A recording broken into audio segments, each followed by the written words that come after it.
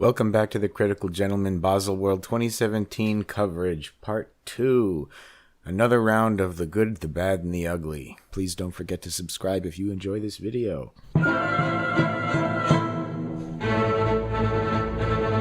So a lot more updates have come out of Baselworld since the last video, and I wanted to talk a little bit about some of the new things that have popped up, and many of which are pretty cool, actually.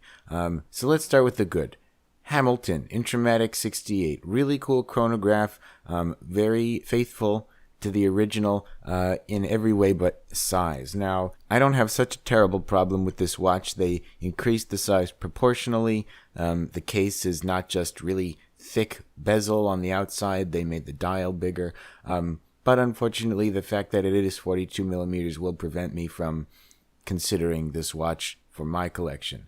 Next up is Longines. I think in general Longines had a very strong showing at Basel this year. I feel like people aren't giving them enough credit, honestly. They've been sort of pigeonholed into the entry level, which sort of belies their pedigree from the 60s. You know, there was a time when Longines was considered more auspicious than a Rolex. Those days are gone, of course, now that they use ETA movements, and of course as is decided by their marketing team and corporate overlords. But this year they've come out with a lot of really cool stuff.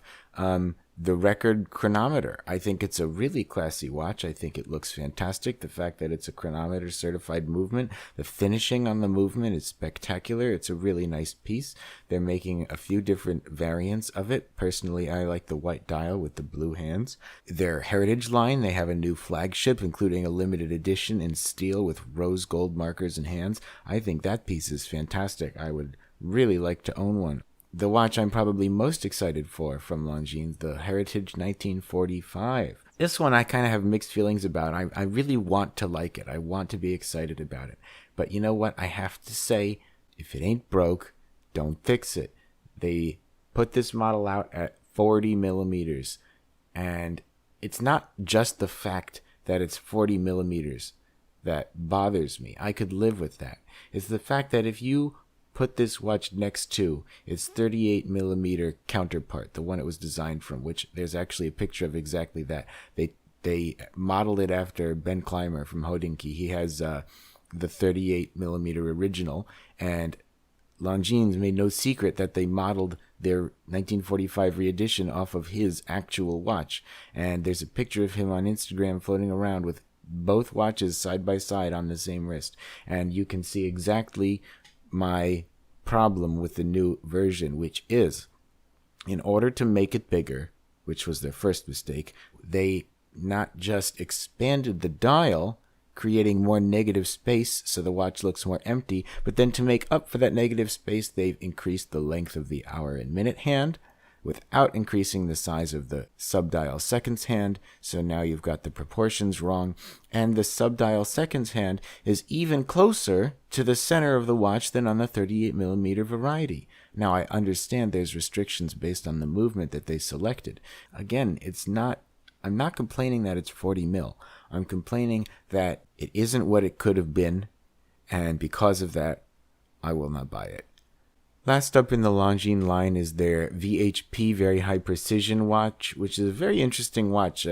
It's supposedly extremely accurate. It's got a perpetual calendar that's good for like 400 years. Very resistant to magnetism. I saw a video where they held a magnet next to it and it stopped. And then as soon as they took the magnet away, the hands actually jumped forward to catch up so that the watch remained accurate. Unfortunately, they chose a very awful acronym considering VHP is worryingly close to HPV, but I'm sure the Swiss were not aware of that at the time. Next up on the good list is the Blancpain Tribute to 50 Fathoms Military Diver. This one's really cool. Now, I'm not the hugest 50 Fathoms fan. I think it's a great watch. I respect it for the heritage, for the design. I think it's a little expensive for what it is, but this watch is really cool. I can totally get behind the fact that they put this water intrusion detector system inside the dial. Did they really expect that it's going to be used based on the fact that divers today have other technologies that they can rely on besides this method? Probably not, but the fact is it's loyal to the original, and it creates a focal point on the dial. I almost look at it as the opposite of a moon phase. It almost looks like a sunrise. Now, of course, that's not what it indicates, but hey, between the orange and the white, I think it's very attractive. Okay, more good. Let's go back to Tissot for a minute. In my last video, I was really pumped for the Tissot 1948 chronograph, and I still am very excited for that watch, but I neglected to mention the Tissot Ballade. This is their Powermatic model. It is a chronometer certified, silicone balance spring, anti-magnetic watch, and overall it's just a lot of value. You know, it's under $1,000, and for what you're getting, it is an excellent timepiece. Personally, I don't really dig the aesthetic. I think it's a little thick. I think the bezel's a little wide. I'm not a huge fan of the texturing on the bezel. I do think it adds something to the watch, but not something that I would want to wear. Again, not a bad thing necessarily, so I'm going to keep this one in the good pile, but not necessarily as exciting as the 1948 chronograph in my opinion. Okay, moving along to Tudor. I'm going to put the Black Bay 41 in this pile, even though it's sort of an unexciting release. I think it's an interesting release. I'm a fan of the Black Bay 36 heritage. You know, I think it's a really neat watch, and I very much respect the fact that they released it in 36 millimeters. And I can understand that, you know, for some guys, yeah, 36 is kind of small. 38, I don't know why anyone complains about 38, but once you get to 36, now you're really kind of getting into the smaller sizes. So if you want a 41, go for it. I think the fact that it's just a bigger Black Bay 36 is not a bad thing. I think it's a nice option to have.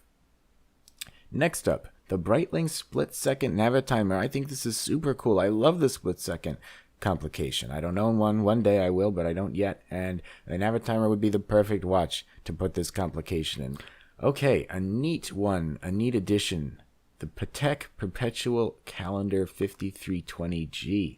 Now this one is kind of interesting to me because it sort of strays from the aesthetic that I have come to expect from Patek Philippe, namely in the black bordered markers and the sort of sans serif Arabic numerals that they've chosen to use. And add into that the more classic perpetual calendar complication and syringe hands, and you have this kind of, I mean, I'm going to use the word fusion because there's some very modern elements to this watch, such as that, you know, dark black stroke around the outside of the markers, but some very early heritage nods, such as the syringe hands and, of course, the choice of complication.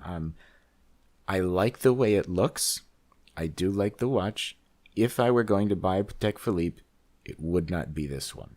Next up in the good pile. Yeah, a lot of positivity today. I like that. You know, I got my first 2 dislikes yesterday. That kind of made me feel a little weird. But you know what? I'm trying to be more positive in this one. So we're going to really pile them into the good section today. Grand Seiko, very surprised with their announcement. They will split off from Seiko. So now all watches made by Grand Seiko will only have the one branding on them. It won't say Seiko on the top, Grand Seiko on the bottom. You've got only Grand Seiko with a new logo. They look very nice. You know, Grand Seiko is a brand that I respect, but just can't really get excited about. They just appear to me to be very generic. And no matter how fantastic the level of craftsmanship, the level of finishing, the accuracy, I'm sure that Seiko is competitive with even, you know, any watch brand you can name in terms of accuracy, craftsmanship, and finishing. But aesthetically, the Grand Seiko doesn't seem that much different to me than a Cocktail Time. I feel like I'm being a little picky, but truth is, the watches just don't excite me. I'm still putting it in the good pile because I think it's a step in the right direction for the brand.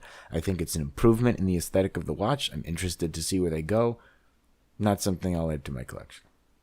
Last up on the good list for today is the Tudor Black Bay chronograph. Now this is kind of a neat one. It has their in-house column wheel chronograph with date, 2 subdials with the Black Bay dial and snowflake hands.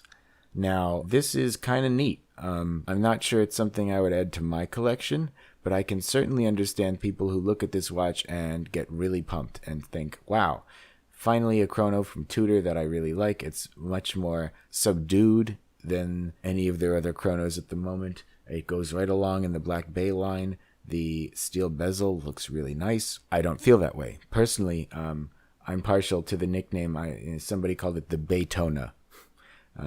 Yeah, that's kind of what it seems to me to be. It is a Tudor version of the Daytona, and I'm afraid that I'm going to have this one trail off in the good list and ring in the bad. So the Baytona is the only watch that I have on both the good and the bad, and that's because I just don't know what it's for. You know what I mean? Look at the dial. It's a diver dial. There's no getting around it. It's a diver dial. This is their Black Bay dial. It's on every watch they make. I mean, Tudor makes one dial, and it's this one.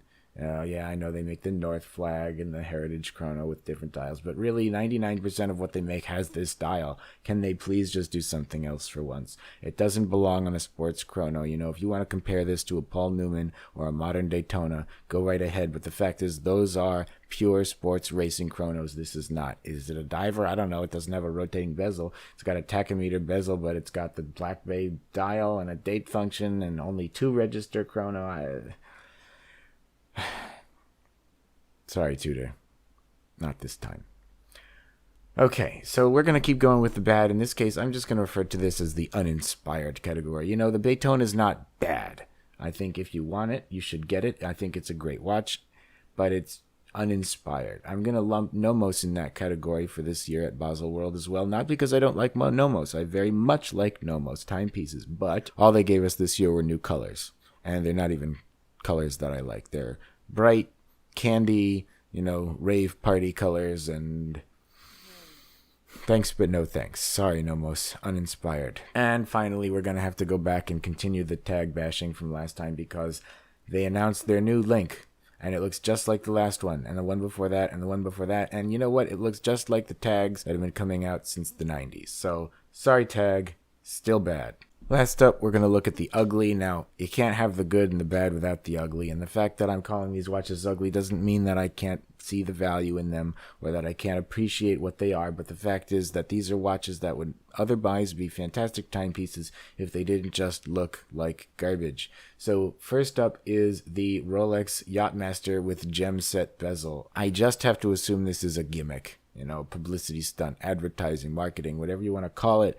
It's ugly as sin. Next up, the two-tone Black Bay. I've seen a lot of people get excited about this. Two-tone went out with the 80s. Omega Planet Ocean Blue. Let me put it this way. When you're ready to spend more than $2,000 on a watch, it shouldn't look like your sneakers. Continuing with the Omega trend, the Speedmaster 38. I think it's a great size. Why did they make only ladies' watches? Now, they don't say they're ladies' watches, but tell me that any one of these is a man's watch, or even unisex. They're not. They've got diamonds around the bezel. They're in weird colors. Sorry, Omega. If you're going to make ladies' watches, call them ladies' watches. Don't call it the Speedmaster 38, because you know what? I would buy a 38mm Speedmaster if it didn't look like this. And lastly, of course, we have Hublot. I mean, look at this thing. It reminds me of one of those things I had as a kid to, treat my asthma. You'd breathe into it. I don't know. I'm sure someone will buy it. That's it for today. I hope you like the fact that most of these were good and only a few uglies and bads. So let me know what you think and take it easy.